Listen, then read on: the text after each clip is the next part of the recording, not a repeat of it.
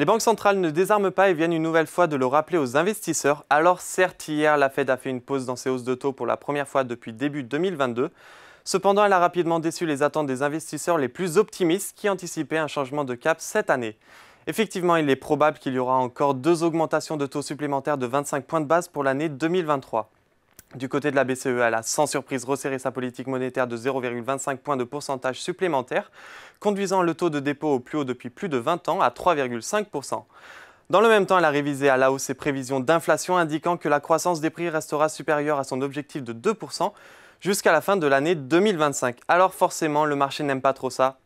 Le CAC 40 finit la journée sur un repli de 0,51% vers les 7290 points, dans un volume d'échange de 2,9 milliards d'euros.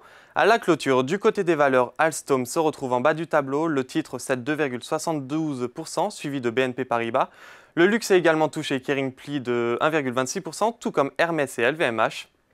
A l'inverse, Renault surperforme l'indice avec une hausse de 2,71%.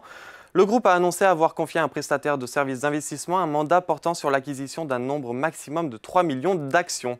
On retrouve également Danone qui est sur sa 4e séance de suite dans le vert. La multinationale alimentaire gagne plus de 1,33% à la clôture. Du côté du SBF 120, Orpea enregistre une deuxième journée de hausse consécutive. Son titre augmente de 15,08% sur la séance et progresse de 33% depuis une semaine. Puis on retrouve Ipsos qui affiche une progression de 3,65%, le marché réagissant positivement à la journée investisseur qui s'est tenue hier. Le groupe spécialisé dans les sondages et les études a dévoilé ses ambitions dans le domaine de l'IA générative. Enfin, on termine par les marchés américains. À la clôture parisienne, les indices outre-Atlantique étaient en hausse.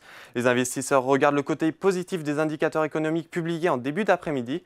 On notera que la production industrielle américaine a baissé de 0,2% en mai après avoir augmenté de 0,5% en avril. Puis les ventes au détail ont augmenté de 0,3% sur ce même mois, alors qu'elles étaient anticipées en repli de 0,1%. Voilà, c'est tout pour ce soir, mais n'oubliez pas, toute l'actualité économique et financière est sur Boursorama.